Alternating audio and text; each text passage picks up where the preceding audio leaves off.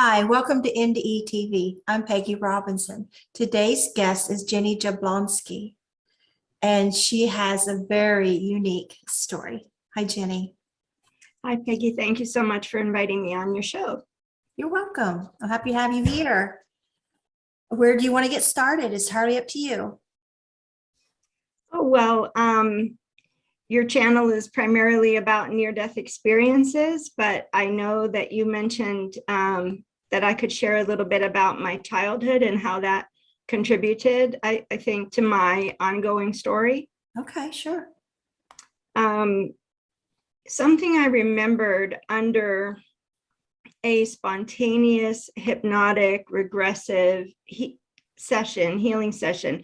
And I say spontaneous because I was intending to participate in a healing session for myself with a very gifted, intuitive body worker, but I wasn't intending to be hypnotically regressed.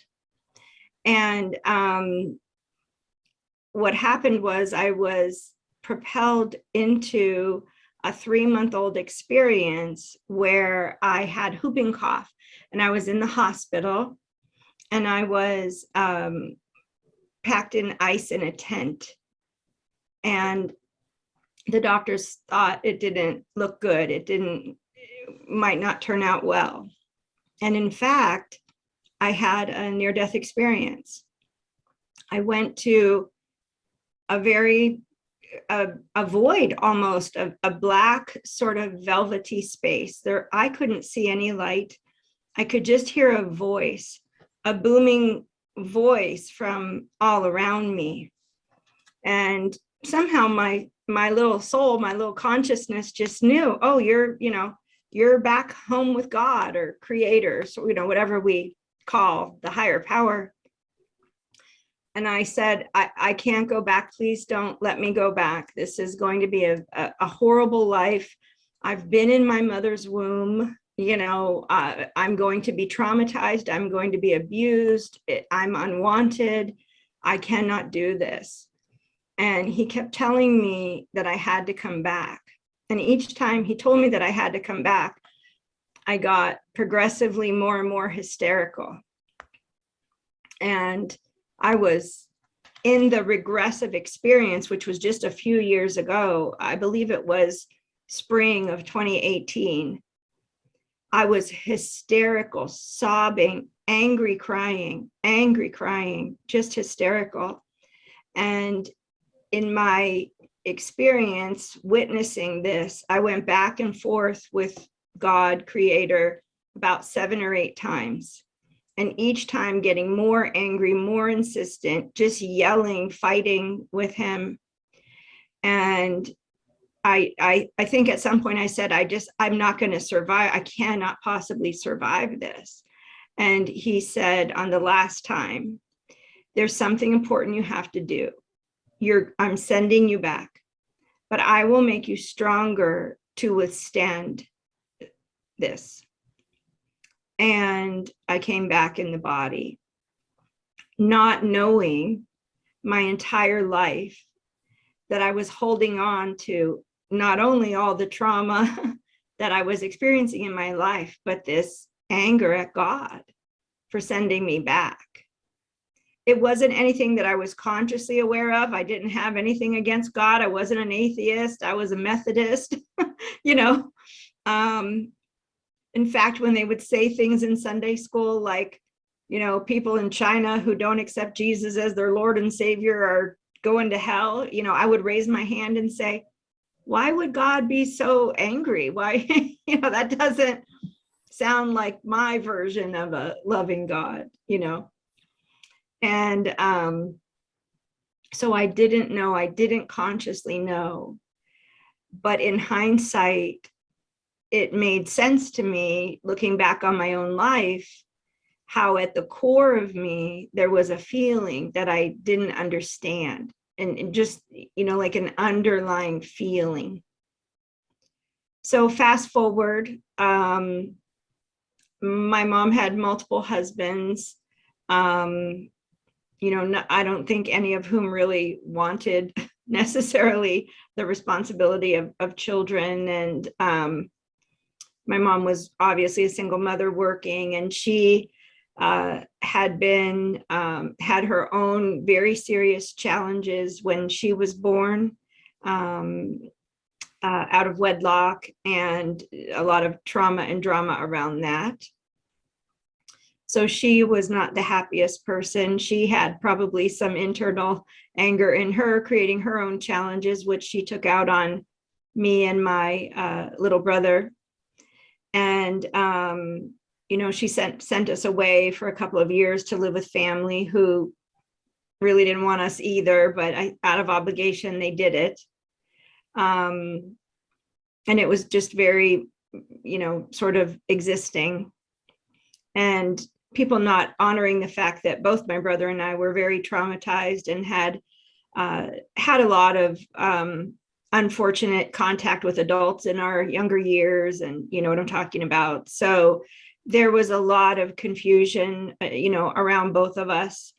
And I think people just considered us, maybe troubled children or what have you, but didn't really know what to do with us. And when we were sent back to my mother, she lived in California, and straight into high school in California without having any friends or knowing anybody, getting in with the wrong crowd, and having a lot of violence perpetrated against me, continually.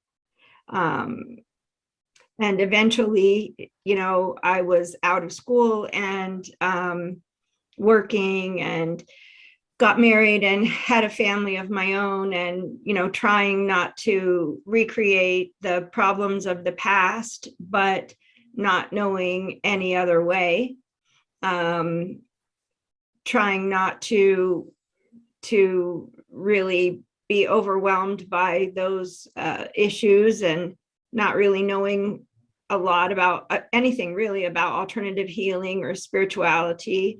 I just threw myself into my work, and that's where I found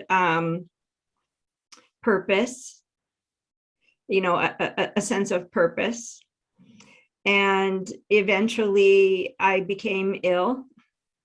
I had a couple of interesting experiences, which it might take too long to share, but just quickly, I had two other experiences that were what people would call spiritually transformative, where I fell off the back of a motorcycle on the freeway, and what I can only call the invisible hand of God came out of nowhere and pushed me back on the motorcycle. And then I was driving my car in the fast lane on the freeway in Los Angeles with a very heavily populated, high rate of speed freeway. And I passed out driving the car. And I woke up 15 or 20 minutes later in a McDonald's parking lot in my car, totally unscathed, when I know in my memory that there was an accident. So I had experiences where my higher self, or creator, God, was coming through to try to get me to wake up and remember and work on myself and heal myself. But I had no clue what that meant, and I had no context for it, so I just kept on plodding through. But eventually in 2001, I became very ill, chronic fatigue, pain. I wasn't able to work anymore. I worked for an international security firm, and I worked 14 to 16 hours a day, 7 days a week for 9 months at a time. I traveled extensively. I carried a gun. I was exercising every day, and in very good shape, and nobody could figure out what was wrong with me. And eventually I had to medically retire. Let me think how old I was at that time. 35 or 36, I guess. And that was a downward spiral. The first time I went to the doctor to try to figure out what was wrong with me, they handed me a prescription for hydrocodone, and I went, no, I carry a gun. I want to go back to work. I don't want to take medication. I don't want to risk not being able to go back to work. So for 7 or 8 years, around about, I denied the narcotics and tried all of these different non-narcotic prescriptions. I did try like hydrocodone once or twice, but it just put me to sleep. It never made the pain go away. So I think it was 2008 or 2009, I don't have this written down, where my doctor handed me a fentanyl lollipop. And he basically said, you know, this is your only choice. This is the only thing that's going to help your pain.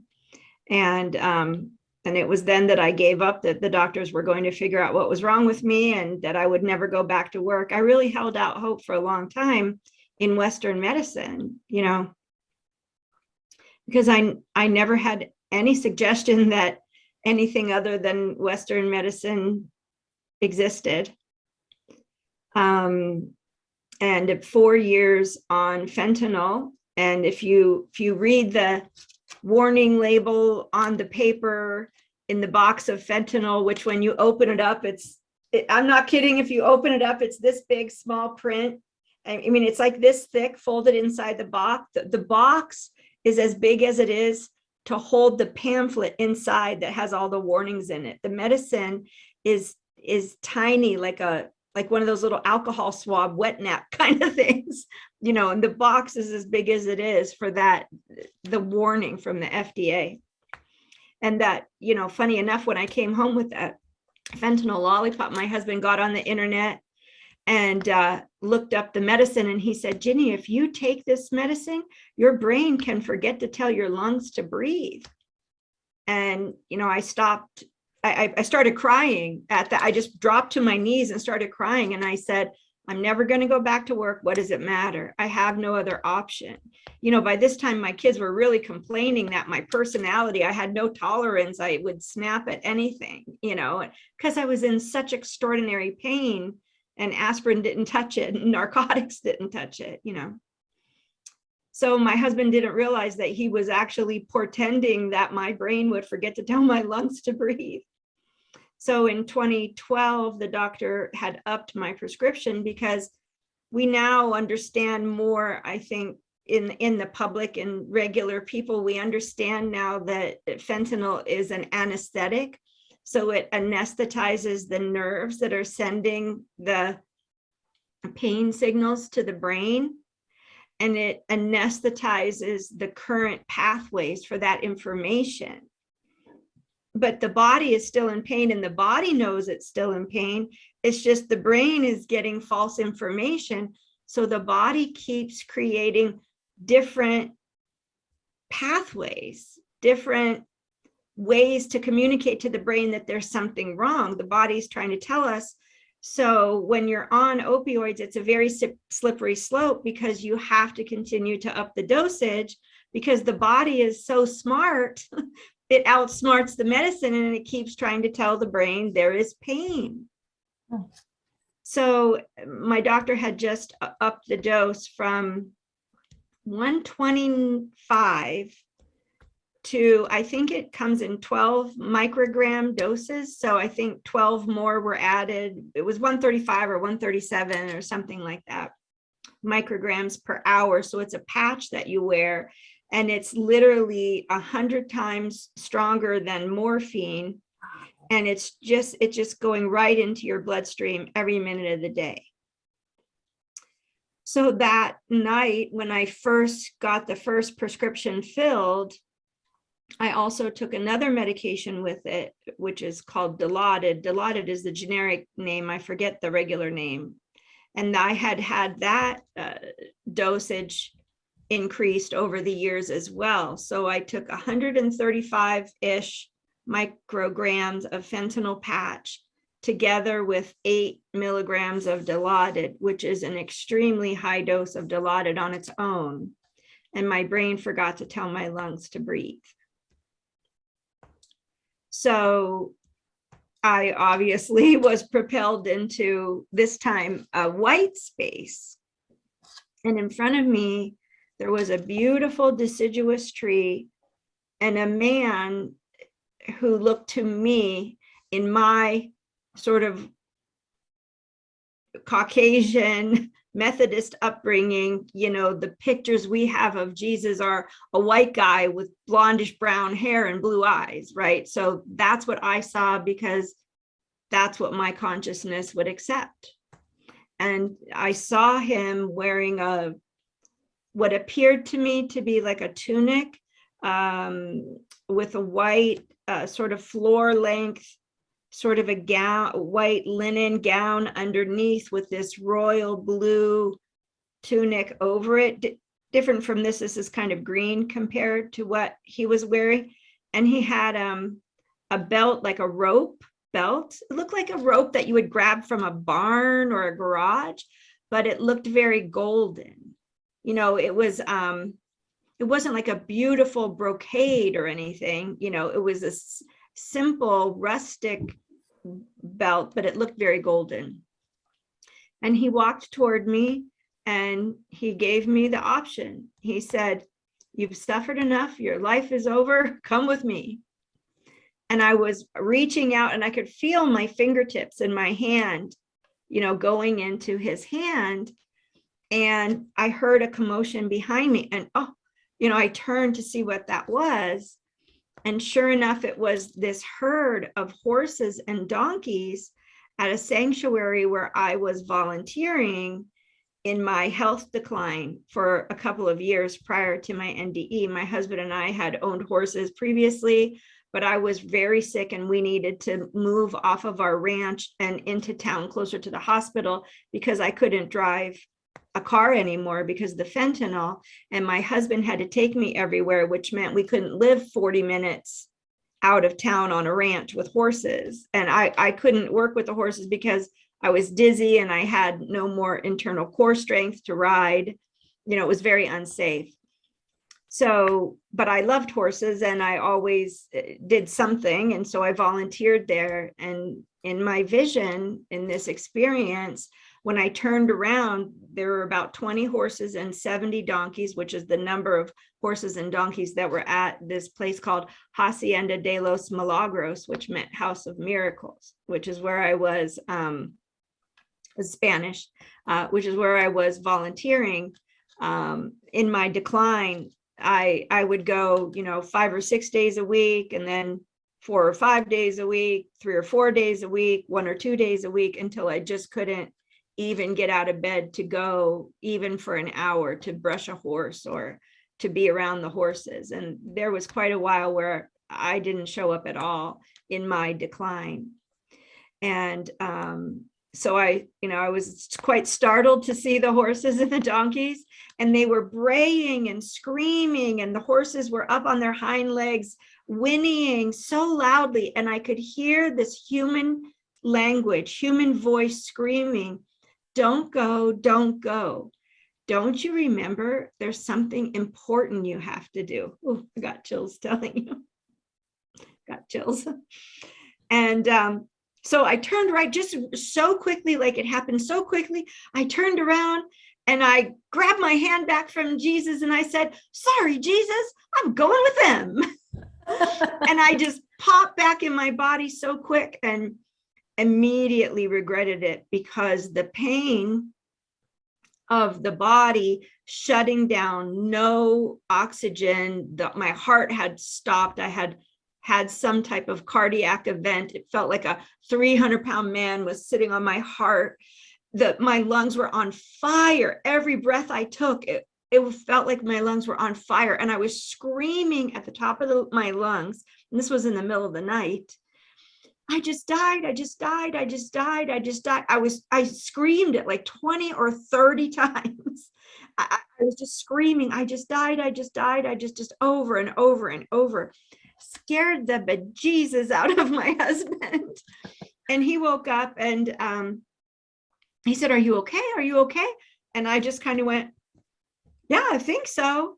And he said, "Let's talk about it in the morning over a cup of coffee." My husband really likes his sleep.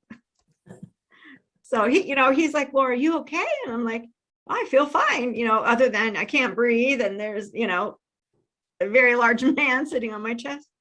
But I know my husband well enough to know that he needs his sleep. So in the morning we talked, and he was sitting in a chair, and I just kind of collapsed on the floor where he was, and I had my arms on his knees, and I just said, just looked up at him, and I just said, if I want to live, I have to get off these opioids. The opioids are going to kill me.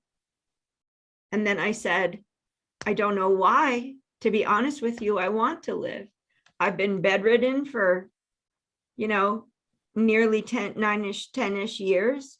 I can't drive a car. I can't contribute to society. I watch HGTV all day, and I sleep, 16 hours a day on opioids. Why do I want to live? Why do I need to live? And I said to my husband, I was just crying, just tears coming down my face.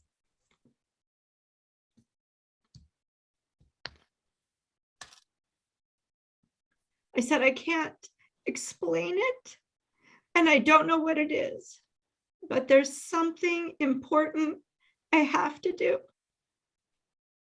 And he said, if you want to live, I want you to live. Whatever you need, whatever I can do to support you, let's do that. And so I went back to my doctor. I made an appointment for the next day to drive several hours to the big city where the pain doctor was. I live in Arizona, so I had to drive to Phoenix, and I'm almost 2 hours away from Phoenix. And I went and I told the doctor, you have to decrease this dosage. I'm going to die. I died 2 nights ago. And the doctor said, you'll never get off of opioids. Nobody ever gets off of opioids. I have thousands of patients and none have ever. You will just eventually die. And I said, well, can you make a list and put my name at the top of the people that got off opioids and lived? Because that's what I'm going to do. And it was against medical advice that I did that. And I decreased the dosage. And it took me probably another year to decrease the dosage more. I decreased the dosage from that immediate increase, but I was very confused about how I was ever going to get off the medicine because the doctor had told me I was just going to die anyway, but something in me knew the truth that I had something important to do. So I was fighting with this idea that the doctor said there's no way that I'm going to survive this, right? And this inner knowing that I not only would I survive, pardon me, but that I would do something important. And in hindsight now, I can tell you, Peggy, I mean, the important thing I had to do was look inside, was heal myself, was forgive my mother, forgive my family, forgive myself, forgive my soul, forgive God, for all the choices we all made. But I didn't know that in the beginning. And when I came back from my near-death experience, I am one that came back with what I can fairly describe as remarkable psychic abilities, just remarkable psychic abilities.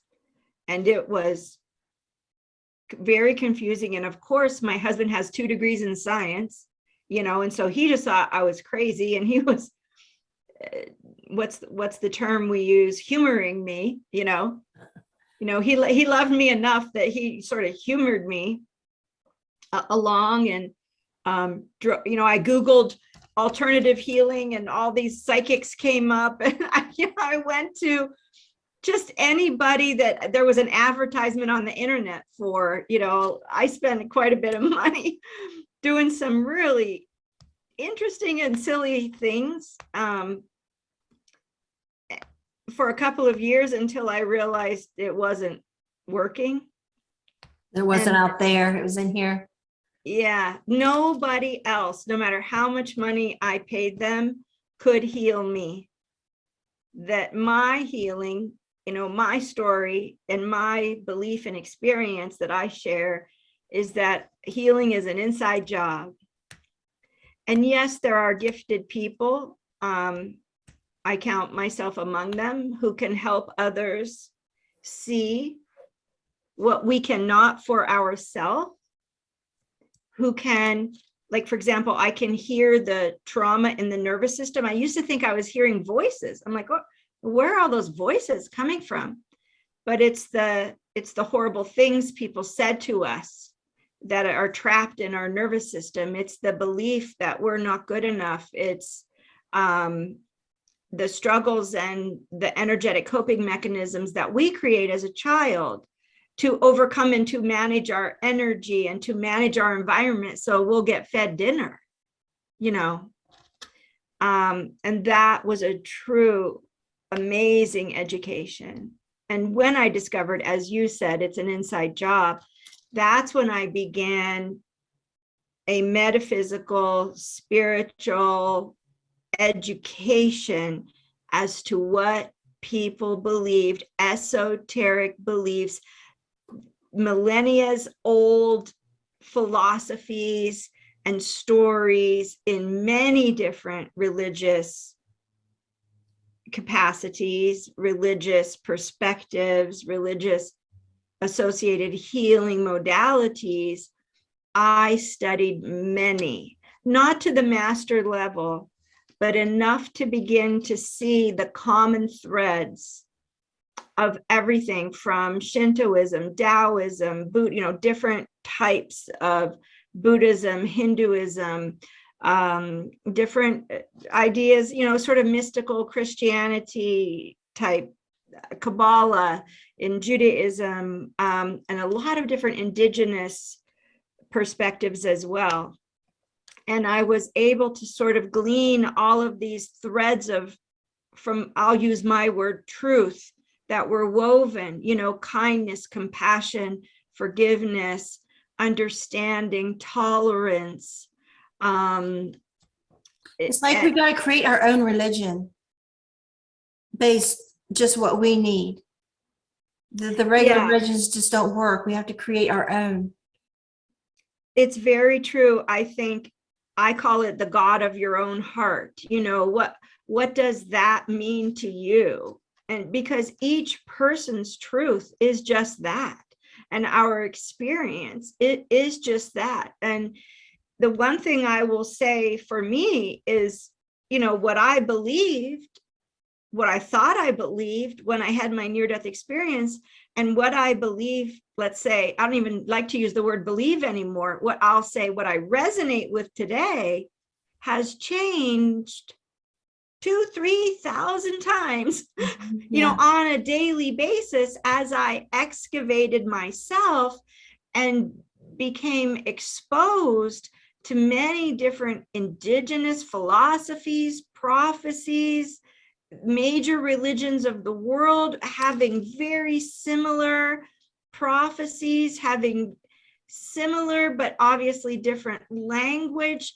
to describe the human being and our energetic construct, the creation story, the origins of humanity. It's all there if someone had the time to go and study it or read the books. They're there, but I was never exposed to that. I never even knew it ever existed. It makes me think of the time I was told during prayer, follow God like a leaf follows the wind.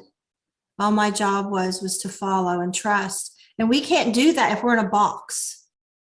We can't get out and tap into all that is around us, the spiritual, the knowledge, the wisdom, everything, the love, the understanding, the compassion, all these things, if we're in a box. Like we have to do these rituals and we have to do this a certain day and we have to do this prayer this certain way. I mean, for me, I couldn't function that way. I'm happy for the people that can, but I just had to find my own way. Right. Yeah. 100%. Absolutely.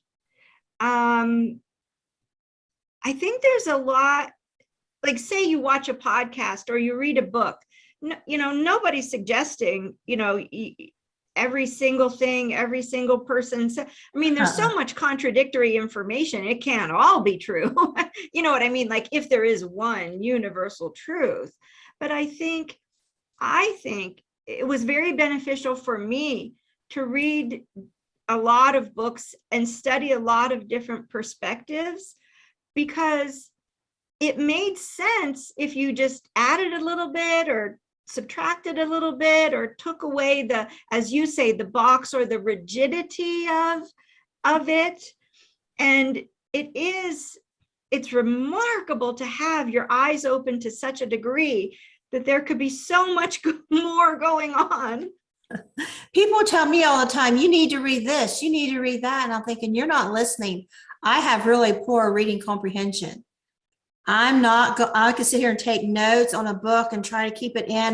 Nothing stays in. I mean, I was that way in school, but to sit and talk to you, I mean, that's where my juices flow, you know, when I talk to people and just hear their life and their perspective. That's where I learn. Yeah. You know, what's fascinating about that is I just had a client yesterday in Panama City who said the same thing. He said, I can't learn from a book, but I know so much. And he said, I'm going to all these shaman in Central America and South America. He grew up in Central America and now he's in Panama City. And Panama, I don't believe Panama City. And he said, I go to these shaman and I'm healing them. And I just start crying, you know. That was my experience too. After my near-death experience, the healers that I went to, I was giving them more information and more accurate information that was helpful for them on their healing journey than I was. And I would leave and they would shake my hand or hug me and say, you healed me more than I healed you. And I just shook my head. Yeah, like that happens a lot. And I realized when I went to the other side and I touched Jesus's hand, and when I was 3 years old, I went back and I stood and talked to the Creator. You come back again, you're different. You carry an energy with you. And Peggy, like you, how many people have you met? I apologize, I shouldn't tell your story, but let's just say hypothetically, people that have gone to the other side come back with a frequency that generally isn't attainable unless you put a lot of time into cultivating that frequency within you. And I certainly never spent any time cultivating. It was purely a gift from God, Creator, and it wasn't anything that I ever expected. But when you have that, you then begin to be a bit of a target for those that don't. And so that's why a lot of people say it takes many years to integrate a near-death experience, because you have to heal yourself to allow your soul to really fully come back in and anchor in the body. It's not floating around out here going, I don't want to be in that place. It sucks down there. You know, it takes a while to convince our soul it's safe to come back in. I mean, that's my experience anyway. In Taoism, there's something called Shen. It's our spirit. It's our life force, if you will, of our soul. And it's connected to 5 organs, the kidneys, the liver, the stomach, the spleen, I think the lungs. And for people that have a near-death experience, what I learned over time in working with others, we don't always come back in and fully anchor to all those major organs in that language, right? So I definitely hadn't come back in and anchored into my kidneys, for example. It took me about 6 years, maybe 7.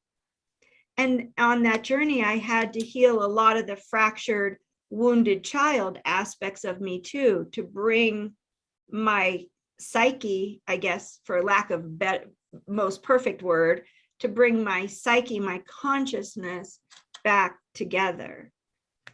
And again, the important thing, I think, that the horses were telling me I had to do. And when I was 3 months old, the important thing the creator was telling me I had to do, I believe, is heal myself and remember this beautiful light that exists within me, you know, the truth of who we all are, you know, divine, infinite beings of light, or wildflowers, right? Yeah, it's kind of an identity crisis in a way, Yes. because you know who you were before your NDE and you just feel different. You know, I didn't have all what's on the internet now and the books, you know, to understand it all. I just knew I was different, that I could stand up for myself more and stand up for what I believed. And I think the first time I recognized I'm different now is I was around my ex-husband, his big Catholic family, and they were all outside working on something out, I don't know, we're cutting down brush or something. And then towards the end of the day, everybody kind of sat in back of this truck. And I cannot sing. I cannot carry a note. And they all drink and they get singing. They're not the best singers either. But I mean, I don't even bother to sing. I know I cannot sing. And it all of a sudden, the song Amazing Grace come into my heart. And I just sang it, the full thing. And they all stopped and looked at me. Mind you, I sing awful. And I did then too. I sing awful, but it wasn't about how I sounded. I didn't care. It was just in my heart. And it just come out, and they all looked like, what in the world, you know? And I think that's probably the first time that there's something different here, that their opinions didn't matter so much anymore, that what was going on with me spiritually was bigger than me. Right. So. And that's hard to put in words, you know, like back then I couldn't put that in words. I just like, oh, I embarrassed myself, but I felt like I had to do it, and I did. So they can deal with it. Right. Absolutely. So really the rest of my story is how I just went on a healing journey. You know, in 2014, I went to Australia by myself. I was on the South East Went to Coast. Australia by yourself? And then I landed in a major city, and then I flew to Uluru, to Ayers Rock, by myself, and I stayed in the hostel there.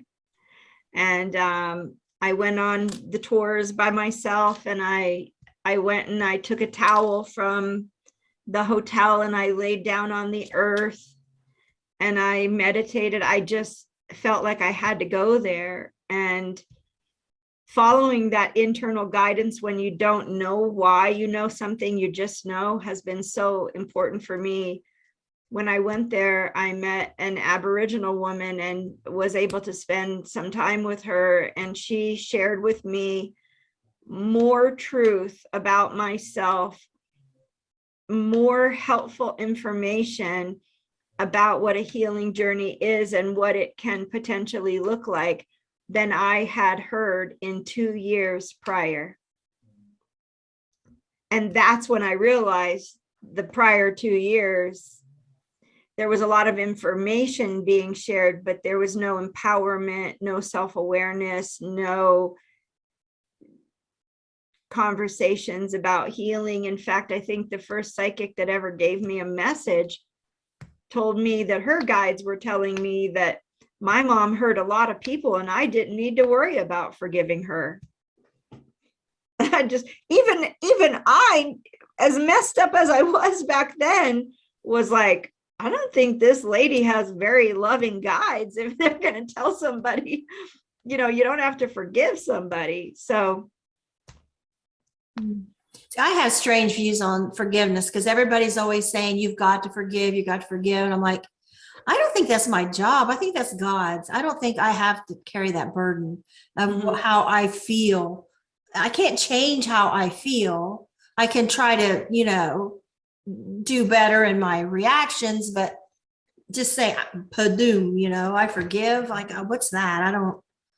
But I'll just let God do that. Mhm. Well, my perspective is that we actually, it takes a little bit of work, but we actually can address why we feel the way we feel. It's like being in analysis every day for the rest of your life, you know, being in a therapy session, in like a spiritual therapy session, in order to achieve that. And I always say forgiveness is not even for the person. It has nothing to do with that. It's letting go of the blame. From my perspective, for me, letting go of the blaming them, letting go of the feeling that I was victimized by them. And in doing that, I was set free. Well, I made a promise to myself when I turned 18, I would never forget that I would do something somehow to help abused kids like me, that I wouldn't go on just because I got out of this abusive household, that I wouldn't just forget about it and forget about all the other kids that would be going through it. And I saw a vision, and it was of like the old time negative roles. And it was like pictures of children in this negative role that just went like right across my vision. And it was kind of like, this is all the kids that are going through it right now, will continue to go through it. And it just, it impacted me. Yeah. And where I will do something when I can to help abused kids. So Absolutely. And that's very important. There's a very important distinction there in what we're talking about.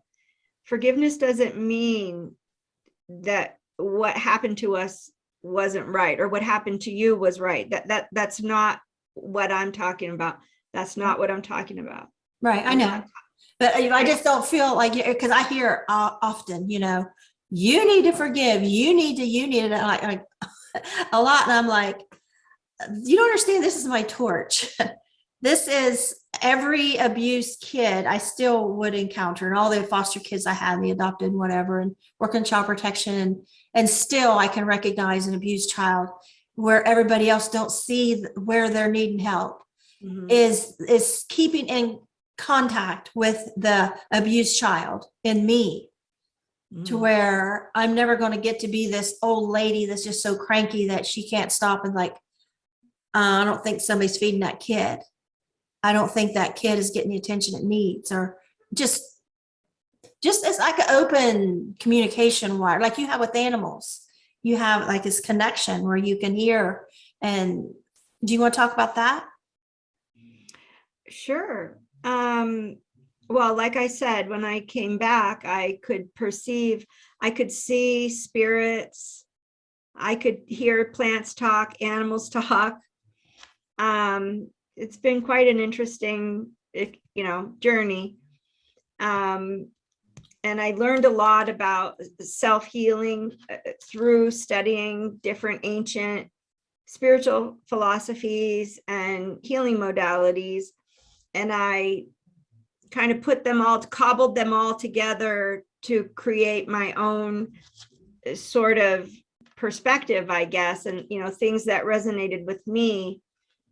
And when I had gotten to a certain point on my journey, and people kept telling me for years, and you're a healer, oh, you have to do this, you need to advertise, you need to, you have so much to offer people. And I kept saying, I think I'm still traumatized. I don't think it's right to be trying to tell people you can heal them when you're not yet healed yourself.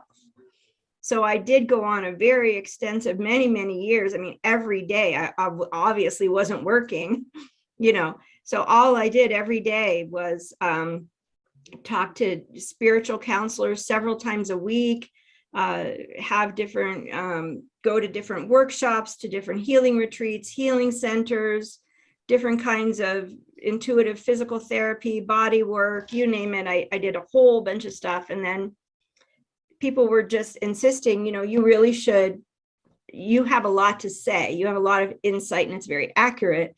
You should work with people. So I agreed that I would.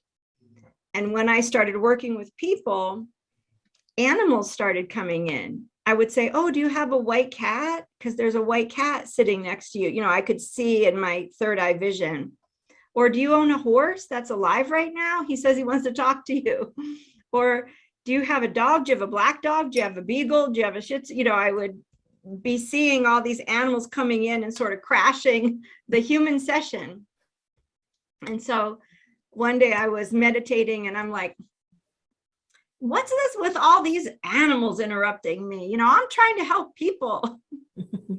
And this giant horse came in the room, just giant horse.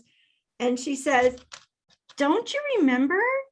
We saved you in your near-death experience. We called you back and we've been guiding you on your journey and helping you. And we need you because a lot of animal communicators and people on earth don't believe that animals can be traumatized and don't understand how to heal trauma, you know, esoterically, energetically, psychospiritually. And we need you to be a voice for us, and we need you to come forward and talk about this. And I went, oh, I didn't remember that. I didn't remember that part of my NDE. And it all came back to me. And I went, oh. But then I said, but I'm not an animal communicator. Like, how is anybody going to know I talk to animals? Don't you need to be like famous or have a website or, you know, a certificate? And she said, don't worry about that. I'm like, okay. About, I don't know, maybe a year-ish later, Peggy, I'm sleeping in the middle of the night. It's like 1 a.m. and I hear, go to San Diego. And I wake up, what? Go to San Diego? I don't know anybody in San Diego. I'm not going to San Diego. I'm tired. I'm like, go back to sleep. Are you with the voice too? It's like 3 a.m. Go to San Diego. What? Oh, I am trying to sleep. I do not know anybody in San Diego. I am not going to San Diego. This is ridiculous. I don't know who you are. You're disturbing me. I go back to sleep. It's like 5:30. Really loud. Go to San Diego. I'm like, I am never going to get back to sleep now. I'm just going to get up. And I go and I put on water for tea and I turn on my phone and I get on Facebook. And there's a horrible fire in San Diego County that displaced like 1,000 horses. 900 horses were at the Del Mar Fairgrounds, and some number right around 100 were at another facility that they needed extreme veterinary care. Like they were in significant distress. I don't remember the exact numbers, but there were 900 that were at the Del Mar Fairgrounds. I didn't even know what the Del Mar Fairgrounds was. I saw that post. I hopped in the shower, packed my bag, and drove to San Diego. On the way there, I called a friend that lived about an hour and a half away from San Diego, the only person I knew within, 2 hours of San Diego. And I said, hey, I haven't seen you in a long time. Just so you know, I'm going to be going to San Diego. Maybe on my way home, I can stop and say hi. And he said, we just bought a house in San Diego. We closed escrow. It's empty. You want to save some money on a hotel and stay there? I said, yes. Full body chills telling you this story. So I go there and I walk in and like, I don't know anybody, and there's people frantically walking around, and I see a horse that's upset, and I go to the owner and I give them my business card and I say, I drove from Arizona. I heard about this. I can help traumatized animals. I don't know if you believe in this or not, but I'm really good at this. If you let me talk to your horse, I think I can help. And I was there, I don't know, four days, maybe 3-4 days. And everybody, I didn't even really know Facebook was a thing. I think I had a Facebook account. This was in 2017. And apparently, even back then on Facebook, there were all these like groups that you could belong to, private groups, and people would post things of interest. Like if you have a hobby, you're a car person, or, you know, you like to deep sea dive, or you like horses, there are these groups. And apparently all these people that I was talking to and helping their horses, they were posting about me on, you know, Facebook or Instagram or whatever. And I didn't know. And I got so many clients, hundreds of clients from that. And I traveled that year after working that in that experience, after that time of working with all those traumatized horses, I decided that I would dedicate some significant time to volunteering. I found out more that there's a lot of traumatized horses across the US and all these sanctuaries. And I mean, I always owned horses, but I kind of, you know, took other people's leftover horses, but I never got into a community. You know, I was in my own world. I was very sick, and you know, wasn't on Facebook, and I didn't know what was really going on in the world of horses. And so when my eyes were open to that, I wanted to dedicate some time to traumatized horses. And I traveled across the US for a year or two, just going to sanctuary after sanctuary after sanctuary, from San Diego to New Jersey to Seattle to Montana to Oklahoma, Texas, Virginia, Maryland, Ohio, Illinois, I mean, Wisconsin, Minnesota. I've been everywhere with clients everywhere, and it just hasn't stopped. What do you do with a horse that's traumatized? Well, it's different with every horse, just like it's different for every person, because we're all so unique and have such, you know, unique experiences. But I can communicate with them telepathically, and I can perceive their energy field in the same way I can perceive the human energy field. And I can hear the trauma that is trapped in their nervous system. So I know what happened to them to upset them. I know because I can talk to the body and talk to the nervous system, and I will say to them, oh, you had this experience when you were 3 months old or 3 years old, or, you know, would you like to let that go? And even animals have to forgive.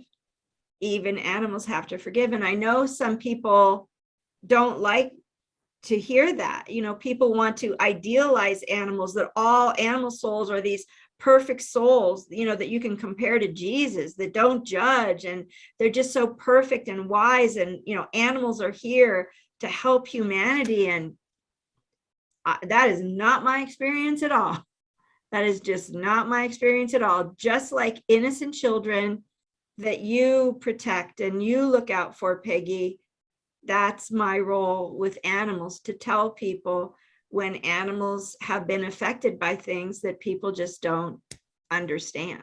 So you communicate with them telepathically and just talk them through their trauma like a psychiatrist? Just like a therapist, except I don't go into the Western model of analysis of it, you know, really deeply, because I don't have to. Because if you're sitting with the therapist can only believe the things you say. The things you say may be true or not.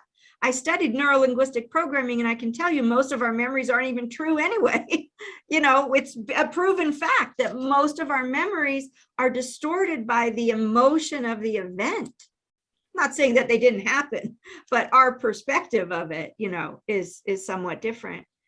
And I share with them, here's some energy that's trapped in one of your meridians or one of your organs, and it's hurting you. If you knew that you had the power to let that go, and you wouldn't be sick anymore, or you wouldn't be angry anymore, would you want to let that go? And 9 times out of 10, they say yes. And I have to be honest, I think a big part of what people attribute to like my success, it's not my success, it's the animal's success. I think the biggest part of it, Peggy, would be just like a child would look at you and say, you see me. You can tell my heart hurts. You know even though they're telling you they're feeding me and you're questioning that they're, that's what I get from the animals. It's that being seen, being heard, it's so remarkable to them. It's life-changing for them, even if I only talk to them one time. So, but it's different for all of us. All of us carry memories differently. Yeah. And, I don't know about animals, but like with kids, it's like, I know even for me, like someone saw it. Just like say you're abused all the time and people just step over you, pick that crap up and try to step over it, and it's knocked out cold. Nobody sees you. And so you don't see yourself. You don't recognize your pain or an ouch or this shouldn't have happened because nobody else there did. But when you have somebody else, I see that. Let's talk about that. Let's deal with that. And they're like, oh, you see it? Like it was always in the dark. Like you brought it out. And like, it's just like now they can say, whatever. And then, plus two kids, they can't control, like an animal, they can't control their environment. It's up to the people around them to change, and they know they're not going to. So what is them seeing it going to do? And so it's just like a matter of, there's alternatives. There's things we can do. So. Well, I'm not going to lie to you. I have talked to a few animals who said what the problem was, and the human wasn't going to change. And I just pray that I get fewer and fewer of those clients because it's hard. It's hard, just like I'm sure it's hard for social workers and child protective services to watch humans willfully harm a child. It's hard for any of us to know that that happens, to watch that happen. And it's harder still for people who do not recognize, from my perspective, who do not recognize animals as having a consciousness, as being capable of sustaining emotional trauma. I'm not making it up. Yeah. Well, my husband grew up on a farm, and the last couple of years, since he's getting close to retirement, he's gotten these farm animals. And so he takes care of it, but sometimes I'll help him or I'll interact with them. And I didn't know they all have their own personalities, even the cows. And the cows got out of the fence there a couple of weeks ago. My husband was at work. Like, oh no, I got to do this myself. I've helped him before. So I just got this big long thing of a lattice, and I yelled for my dogs to come help. And we went down and we got them out of the front yard away from the road and back. And I realized, I told my husband later when they got out again, I said, now listen to me. I says, I've learned something about him by having to do it myself. Yelling gets them to move fast. When you got them almost inside the enclosure you want them in, then you got to sweet talk because you don't want them bolting moving fast. You want to ease them along. And every time the yelling would start and they'd bolt, I'm like, no, we got to ease them. We got to sweet talk them. And then they come eye to eye to you and they're looking at you like, are you a threat? Are you a friend? What are you doing? You got to learn to communicate on the spot. Cows are very loving and compassionate beings, actually. Yeah. Yeah. Yeah. Pigs, not so much. Pigs don't care. Yeah. Well, it's interesting. I guess scientific studies have proven that pigs are one of the most intelligent creatures that exist on the planet. What? Pigs? Yeah. Huh. Yeah. Because I can't read a pig. I get nothing. I think I've worked with one pig. I don't think I've worked with more than one, but I just did like some body work and just a little bit of communication, some little hands-on kind of healing with them. Now I do talk to the cows like when they're getting ready to be shot. Even the pigs, like my husband's bought an old sow home before and it's just to be shot and put in the freezer. And so I always go over to the enclosure they're in and I talk to them. I say, go to the light and all this stuff. I can't help myself. Right. So, Send gratitude. That will be the most helpful thing for the people that eat the meat. If you send gratitude. yeah. Yeah. You know, we always say grace. We have for years, but I never thought about that as giving gratitude to the meat that Yeah. life. I was sitting in Panera Bread. I don't know what state you're in, but Oh, Panera yeah. Bread, like a little restaurant. Uh-huh. I was sitting in there and I had the green goddess salad with chicken, and they do have pork on it, but if I remember, I asked them not to put the pork or I'll move it to the side. I won't eat the pork. But I was sitting there and I said, thank you to the chicken. You know, I've said gratitude and may this be a blessing for my body. And the soul of the chicken came to me in Panera Bread and it goes, oh, thank you for saying thank you. And I'm like, oh, I'm sitting in Panera Bread, like, you're welcome. And communication with the dead chicken. Yeah.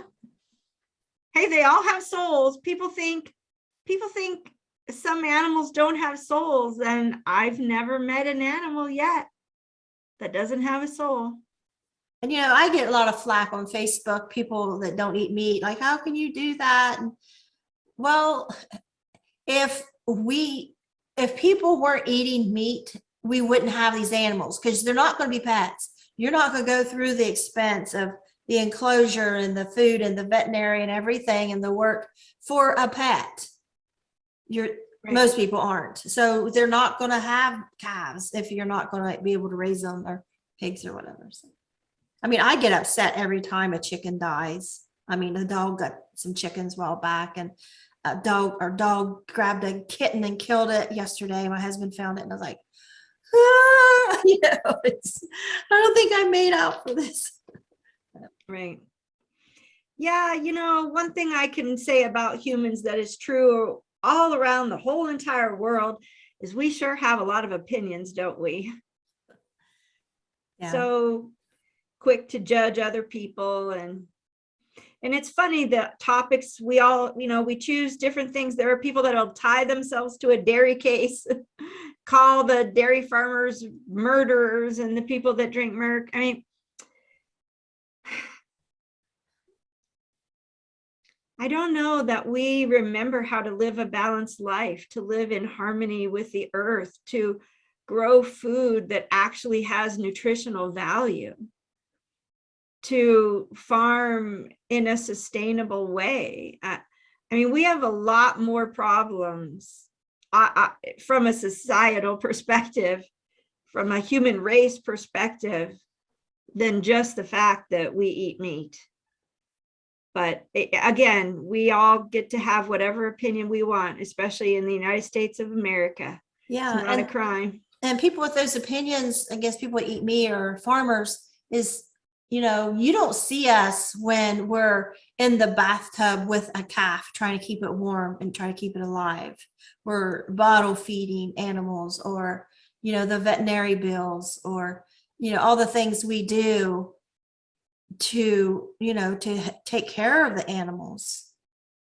It's not like we're out here starving them and kicking them and then just butchering them. That's not happening. So. Right.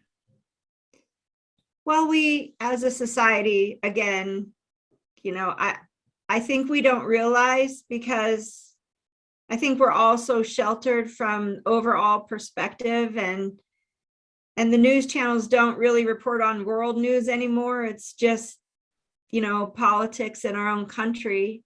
I think we're so sheltered from what really is going on in the world, and our, let's say, societal issues are characterized in a way that makes us blame the victims as opposed to the people who coordinate and create the problems. For example, you know, oh, people aren't, you know, educated enough, and there are too many people are on unemployment. Well, rather than say, boy, there's really something wrong with our education system, you know, and we're really not supporting families or what have you. And I'm not trying to take a political stance. I'm trying to take a human perspective, you know, that I think that we've been taught, we've been trained to think how big corporations want us to think, not in a way that is kind or loving or tolerant or compassion or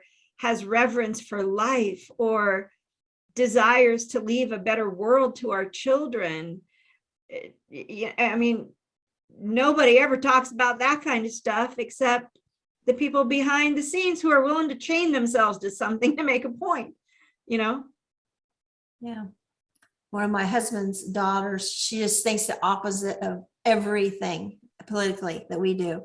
And I sometimes think it's just to be opposite. I mean, like she'll post stuff on her wall against the pipeline, knowing we worked on the pipeline, and she don't know anything about the pipeline, and something about Indian land and this and that. It's like she has no idea what a company goes through to accommodate those type of lands. And there's all kinds of laws and protections, and yeah. And then we would be working and here the rioters might be out here today. And then you kind of wonder, is there snipers? You know, we're just out here working and trying to get everybody hooked up with gas. And right. You know, what you just said is really maybe the most important thing. I don't know if we've been talking for an hour.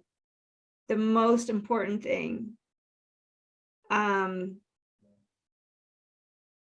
Everybody's just trying to do a job. We're all trying to survive. And our entire existence, from my perspective, we are all in survival mode. And I think it makes us feel good to cling to some idea of morality or right or wrong, that we can fight for what we perceive to be injustice, all of us in the different genres of said injustice. You know, I think our world and the people who run it have us all focusing on the wrong thing. yeah, We aren't focusing on innocent children, on innocent animals. We aren't focusing on community values as a whole, in general. You know, of course there are people who are, of course there are, of course there are, of course there are. I mean, it's, you know, I don't really feel like I'm qualified to really say very much more about it, except that it's going to take a lot of people to wake up and to think differently and feel differently and find that, you know, the God of their own heart to guide them into a time I hope is coming where we can all be more loving, more kind, more compassionate, and see that our trajectory, we as a human race, you know, we might really be headed in the wrong direction. I think about where we were right after 9/11. It felt like we were all one.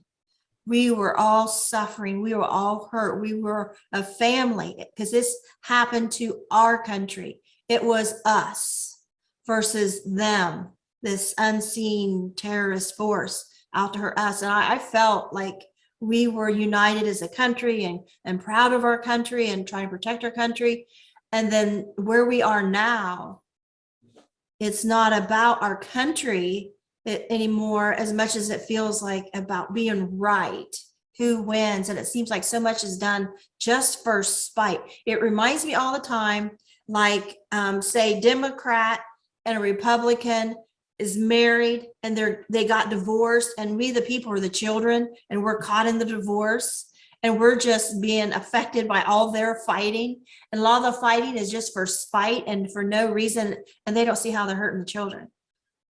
You know, that's just how I've looked at this whole thing. It's like we're just kids in divorce here. So, well, in so many areas of our lives, I think I think, I mean, I'm just one person, you're just one person, every single one of us, we are just one individual human being.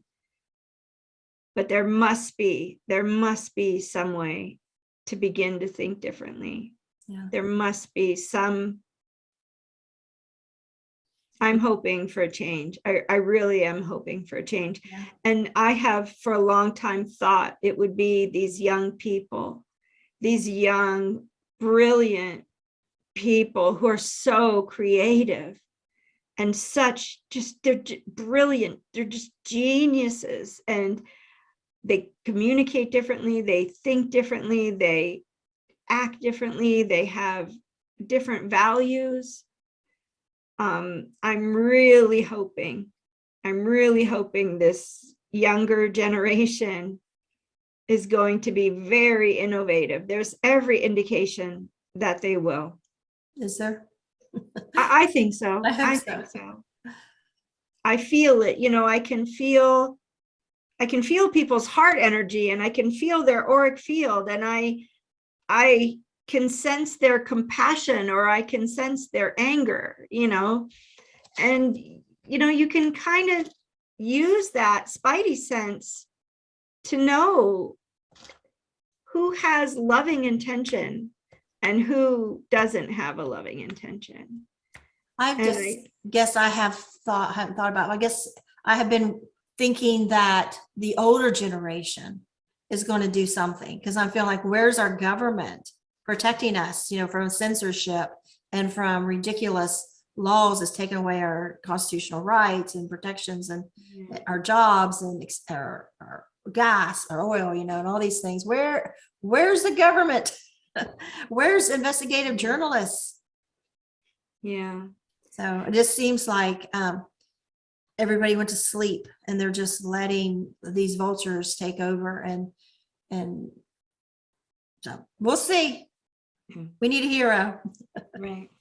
And then a lot of people tell me every day, they'll say, Peggy, Jesus is coming. Jesus is going to take care of this. I'm like, okay, I'm all about Jesus, but I'm telling you, we need to get off our own butts and do something. Yeah. Yeah. Well, thank you so much for inviting me. I appreciate it. I really need to run. Me too. So thank you. Thank you, Peggy. It was lovely talking with you. Bye-bye. Bye-bye.